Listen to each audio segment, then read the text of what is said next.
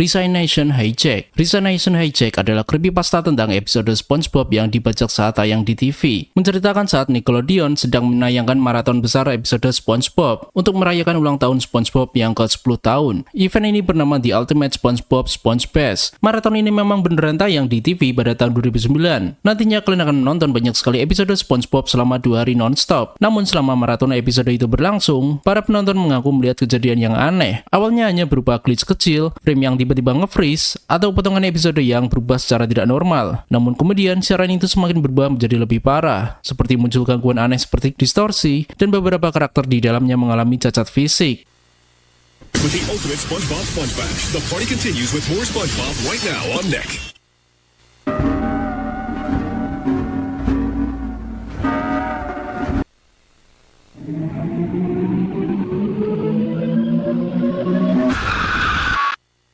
Gangguan itu semakin parah hingga muncul pesan-pesan menakutkan di layar. Tulisan itu tampak menghina dan meneror pihak Nickelodeon. Awalnya mereka mengira kalau ini adalah kesalahan teknis. Namun setelah ditelusuri, ternyata siaran maraton SpongeBob itu dibajak oleh seseorang. Pelaku pembajakan tersebut merupakan mantan karyawan Nickelodeon. Menurut cerita, ia marah terhadap Nickelodeon karena merasa para pekerja kreatif diperlakukan secara buruk dan karya seni sudah kehilangan maknanya. Before you ask who I am, let me make one thing clear. I won't reveal my identity, not now. That'll be for the authorities to figure out. I'm here to talk about what really goes on behind the shiny and colorful exterior of this company. Karena itu ia membajak siaran untuk menyampaikan pesannya kepada para penonton. SpongeBob Bootleg Episode. Ini adalah salah satu creepypasta SpongeBob yang paling terkenal yang muncul sekitar tahun 2011. Menceritakan tentang sebuah rekaman bajakan misterius yang sangat menakutkan. Menurut cerita, pada Desember 2004, sekelompok 5 remaja menemukan sebuah kaset VHS aneh di tempat sampah. Mereka menemukannya di sebuah rumah sakit jiwa yang telah terbengkalai. Kaset itu berisi episode SpongeBob SquarePants yang berjudul Dumped. Tapi entah kenapa versi dari kaset ini sangat berbeda dan menakutkan. Isi dari kaset itu tidak seperti episode normal yang kalian tonton di TV. Di episode ini kalian akan melihat SpongeBob dengan wajahnya yang sangat aneh. Seharusnya kalian tidak menemukan wajah aneh ini di episode aslinya. Here it comes.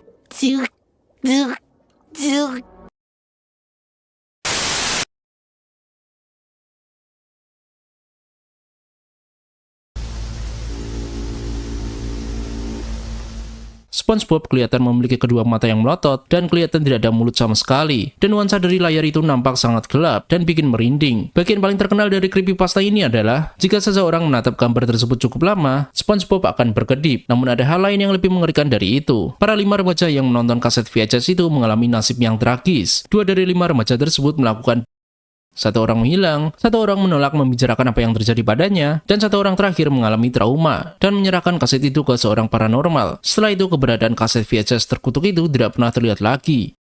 Plankton Got Served. Ini adalah salah satu creepypasta SpongeBob paling terkenal setelah Red Means dan SpongeBob Bootleg Episode. Dari cerita ini mengklaim bahwa episode resmi One Course Meal sebenarnya adalah episode editan. Justru episode yang asli sebenarnya berjudul Plankton Got Served. Dalam episode Plankton Got Served ini bisa dibilang memiliki alur cerita yang sama dengan episode One Course Meal. Plankton mencoba mencuri formula Krabby Patty, lalu dia ketakutan saat melihat Pearl karena dia memiliki fobia terhadap paus. Ini disebabkan para leluhurnya sering menjadi santapan para paus. Tuan Krabs kemudian mengeksploitasi ketakutan itu dengan menyamar sebagai Pearl dan terus meneror Plankton hingga ketakutan sampai dia mengalami depresi. Karena merasa putus asa, Plankton mencoba untuk berbaring di jalan agar ada bus yang melindasnya. Di versi creepypasta ini, SpongeBob gagal menyelamatkan Plankton. Adegan ini cukup brutal sekali, jadi aku bakal sensor yang satu ini. Kemudian Plankton berada di sebuah platform yang melayang di tengah kegelapan. Di bawahnya terdapat jurang besar yang dipenuhi paus-paus dan anggota keluarganya yang sudah mati. Mereka memanggilnya untuk turun bersama mereka agar bisa bergabung mereka di surga.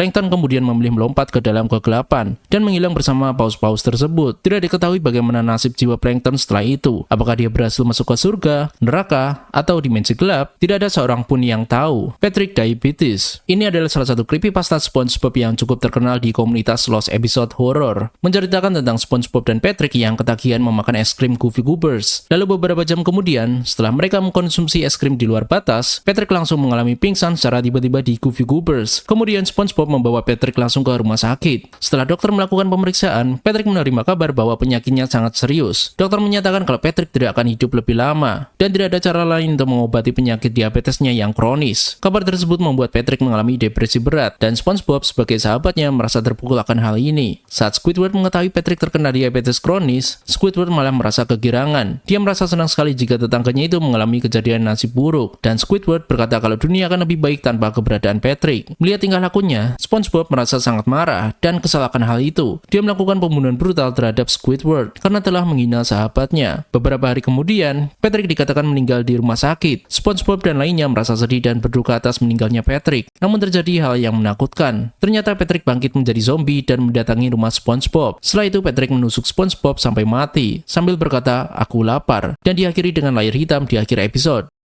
The Secret Formula. Jadi ini adalah salah satu creepypasta webcomic yang bertemakan resep rahasia Krabby Patty. Tidak seperti creepypasta lainnya yang berbentuk media video, yang satu ini berbentuk webcomic horor. Selama bertahun-tahun dalam serial SpongeBob, Plankton selalu berusaha mencuri resep rahasia Krabby Patty. Namun dalam cerita ini, ia akhirnya berhasil mengetahui isi formula tersebut. Masalahnya, kebenarannya jauh lebih mengerikan daripada yang pernah ia bayangkan. Salah satu bahan resepnya adalah lendir Gary dan daging dari SpongeBob. Di cerita ini Tuan Krabs digambarkan bukan hanya sebagai pengusaha serakah, namun dia juga seorang serial killer. Dia rela membunuh siapa saja dijadikan bahan resep Krabby Patty demi bisnis. Di sini yang paling mengerikan adalah ketika SpongeBob telah dijadikan sumber bahan untuk produksi Krabby Patty secara mengerikan. Plankton kemudian lari ke rumah SpongeBob, namun nasib buruk menimpa Gary. Dia telah tewas dibunuh oleh Tuan Krabs. Kemudian Plankton mencoba mencari keberadaan SpongeBob. Setelah Plankton berhasil menemukan SpongeBob di Rock Bottom, Plankton terkejut menemukan SpongeBob dengan kondisi yang sangat mengenaskan. SpongeBob terlihat dalam kondisi yang tercapik-capik. Karena kondisinya sangat parah, SpongeBob akhirnya mati. Atas kemarahannya, Plankton berniat membunuh Tuan Krabs. Plankton menggunakan perlengkapan mekanis dan menyerang Tuan Krabs secara langsung. Lalu Tuan Krabs kalah dan mati dengan kondisi yang ekstrim. Ending diakhiri dengan bocornya resep rahasia ke publik, dan Plankton berhasil membalaskan dendamnya. Lies. Jadi episode creepypasta ini berjudul Lies, yang diikuti dengan judul episode yang ada simbol pentagram di backgroundnya. Episode diawali dengan SpongeBob yang menelan pil sebelum dia bekerja, dan terkuak kalau pil yang dia konsumsi adalah halusinogen. Zat ini bekerja pada otak dengan mendistorsi realitas, atau lebih tepatnya agar si pemakainya berhalusinasi. Akibatnya SpongeBob mengalami muntah dengan cairan hijau dan menjadi sangat agresif. Bahkan dia akan membunuh siapa saja di hadapannya, layaknya seorang psikopat. Saat dia berada di dapur, akan ada sosok ikan menyeramkan yang disebut sebagai Lice Fish. Ikan ini selalu mengatakan bahwa semua orang berbohong kepada SpongeBob, mulai dari teman-temannya hingga semua penduduk Bikini Bottom. Sering cerita berjalan, SpongeBob semakin yakin bahwa semua orang di Bikini Bottom menyembunyikan sesuatu darinya. Dia mulai mencurigai pada teman-temannya, overthinking, hingga perlahan kehilangan kendali atas pikirannya. SpongeBob menjadi agresif dan mulai membunuh orang-orang di sekitarnya karena SpongeBob percaya mereka semua sedang membohonginya. Setelah SpongeBob melakukan killing spree, SpongeBob pulang ke rumah dan ada sebuah pentagram di salah satu dinding rumahnya. Ternyata di dalam rumahnya ada mayat Gary yang telah lama mati dan beberapa mayat anak kecil yang tergeletak. SpongeBob berbaring di tempat tidurnya dengan ekspresi berdarah dan sedih serta memegang pisau di tangannya. Dia mengukir kata lies di tangannya hingga akhirnya dia mati kehilangan banyak darah.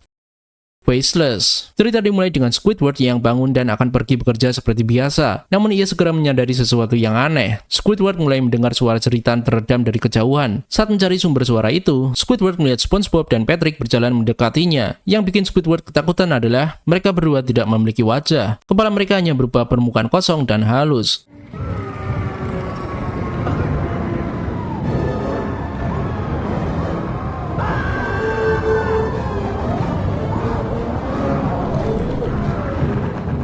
Karena panik, Squidward berlari menuju Krusty Krab. Namun sesampainya di sana, keadaan justru lebih buruk. Tuan Krabs dan para pelanggan restoran juga kehilangan wajah mereka. Mereka tetap beraktivitas seperti biasanya, namun hanya saja mereka semua tidak memiliki wajah.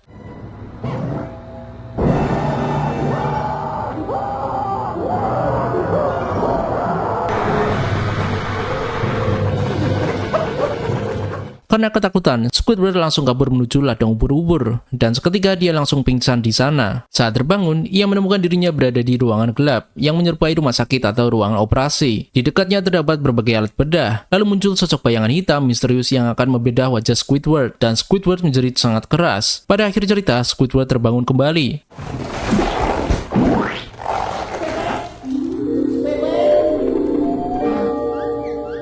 SpongeBob, what are you doing in my house? I was just trying to wake you up from your nightmare. Episode kemudian berakhir. Sponge Jared. Jadi ada seorang pria bernama Jared Reinhold yang mengalami delusi berat. Dia mulai percaya bahwa dirinya adalah SpongeBob SquarePants versi dunia nyata. Karena itu ia menyebut dirinya Sponge Jared. Dalam cerita, Jared tidak menganggap SpongeBob sebagai karakter fiksi. Ia benar-benar yakin bahwa ia adalah SpongeBob SquarePants dan mulai memandang orang-orang di sekitarnya sebagai versi manusia dari karakter Bikini Bottom. Creepypasta ini berbentuk investigasi internet yang berusaha membongkar kejahatan dan perilaku aneh Jared Reinhold. Seiring waktu, Jared mulai kehilangan kontak dengan realitas. Dia berbicara seolah-olah hidup di Bikini Bottom, menganggap orang lain sebagai karakter SpongeBob, dan menjadi semakin agresif ketika ada yang menentang delusinya. Beberapa kenalannya mulai takut, karena perilakunya berubah menjadi tidak stabil dan berbahaya. Salah satunya adalah saat Jared bermain game bersama teman-temannya. Dikatakan kalau Jared sering berteriak tidak jelas, dan bahkan sering memukul meja dan keyboardnya. Why did you tell Woods to kill himself? I'm waiting. I'm not gonna leave you alone until I get an answer. Why'd you tell him to kill himself? Nitpicks and nitpicks and nitpicks. That's all he's ever good for. Look, if you want to fucking tell him off, you did it in the worst possible... Hey. Shut up, I'm talking, okay? You practically dragged me in here, so the least I can do is give you the answer you want. Jared juga bahkan memperlakukan seekor kucing sebagai versi nyata dari Gary si siput. Namun Jared ternyata membunuh kucing tersebut dan menunjukkan rekaman pembunuhannya kepada salah satu temannya. Dikarenakan salah satu temannya merasa Jared adalah seorang yang berbahaya, dia melapor polisi. Polisi melakukan investigasi ke dalam rumah Jared untuk mencari beberapa barang bukti. Namun Jared tahu kalau rumahnya akan didatangi oleh polisi. Maka dari itu ia kabur duluan. Kepolisian sampai-sampai tidak bisa menemukan di mana Jared kabur. Jika dibiarkan, kemungkinan Jared akan menjadi seorang serial killer di waktu yang dekat.